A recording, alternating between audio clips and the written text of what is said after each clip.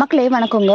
December பூக்கள் யாருக்கு தான் பிடிக்காது? அவ்வளோ அருமையான பூக்கள். ஸோ இது வந்துட்டு அவ்வளோ சீக்கிரம் வாடவும் வாடாது. உங்களுக்கு பார்க்குறக்கே ரொம்ப நம்ம மைண்டை ரிலாக்ஸ்டாக வச்சுக்கக்கூடிய பூக்கள் இது. ஸோ இதில் வந்து நமக்கு வயலட் கலர் வந்து நார்மலாகவே கிடைக்கும். இப்போ இதில் வந்துட்டு கிட்டத்தட்ட ஒரு 7 கலர் வரைக்குமே வருது.